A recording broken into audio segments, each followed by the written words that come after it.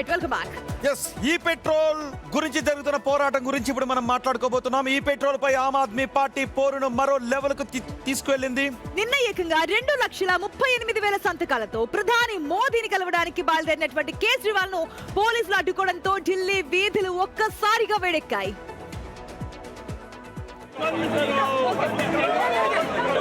E20 petrol కు వ్యతిరేకంగా దేశవ్యాప్తంగా సంతకాల సేకరణ చేపట్టిన ఆ పిటిషన్లన్నింటినీ పట్టుకుని ప్రధాని ఇంటి వైపు మార్చుగా బయలుదేరింది.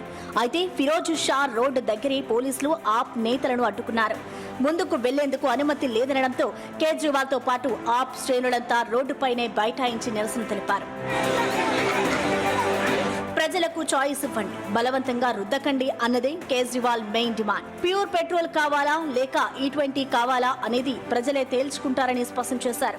ఒకవేళ E20నే అమ్మాలనుకుంటే దాని రేటు బాగా తగ్గించి ఇవ్వాలి, కానీ సాధారణ పెట్రోల్ ధరకే ఎందుకు అమ్ముతున్నారని కేంద్రంపై నేరుగా అటాక్ చేశారు ఢిల్లీ మాజీ సీఎం.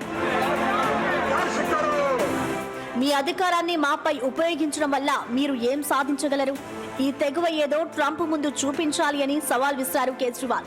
E20 పెట్రోల్ విషయంలో కేంద్రం వెనక్కి తగ్గే వరకు ఊరుకునేదే లేదని, రాబోయే రోజుల్లో పోరాటం పీక్ స్టేజ్ కి తీసుకెళ్తామని వార్నింగ్ ఇచ్చారు కేజ్రీవాల్. तो अगर जनता को E20 से निस्तारा चाहिए, E20 से छुटकारा चाहिए, तो जनता को सड़कों पे उतरना पड़ेगा और बहुत बड़े स्केल पे उतरना पड़ेगा.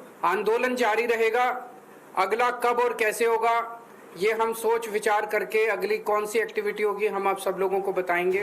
E20 పెట్రోల్ పై కేంద్రం మరోసారి క్లారిటీ ఇచ్చింది. ఈ విషయంలో యూటర్న్ తీసుకునే ప్రసక్తే లేదని తేల్చి చెప్పేస్తుంది. రాజ్యసభలో ఆప్ ఎంపీ సంజయ్ సింగ్ అడిగిన ప్రశ్నకు కేంద్ర మంత్రి సురేష్ గోపి ఈ విధంగా ఆన్సర్ ఇచ్చారు.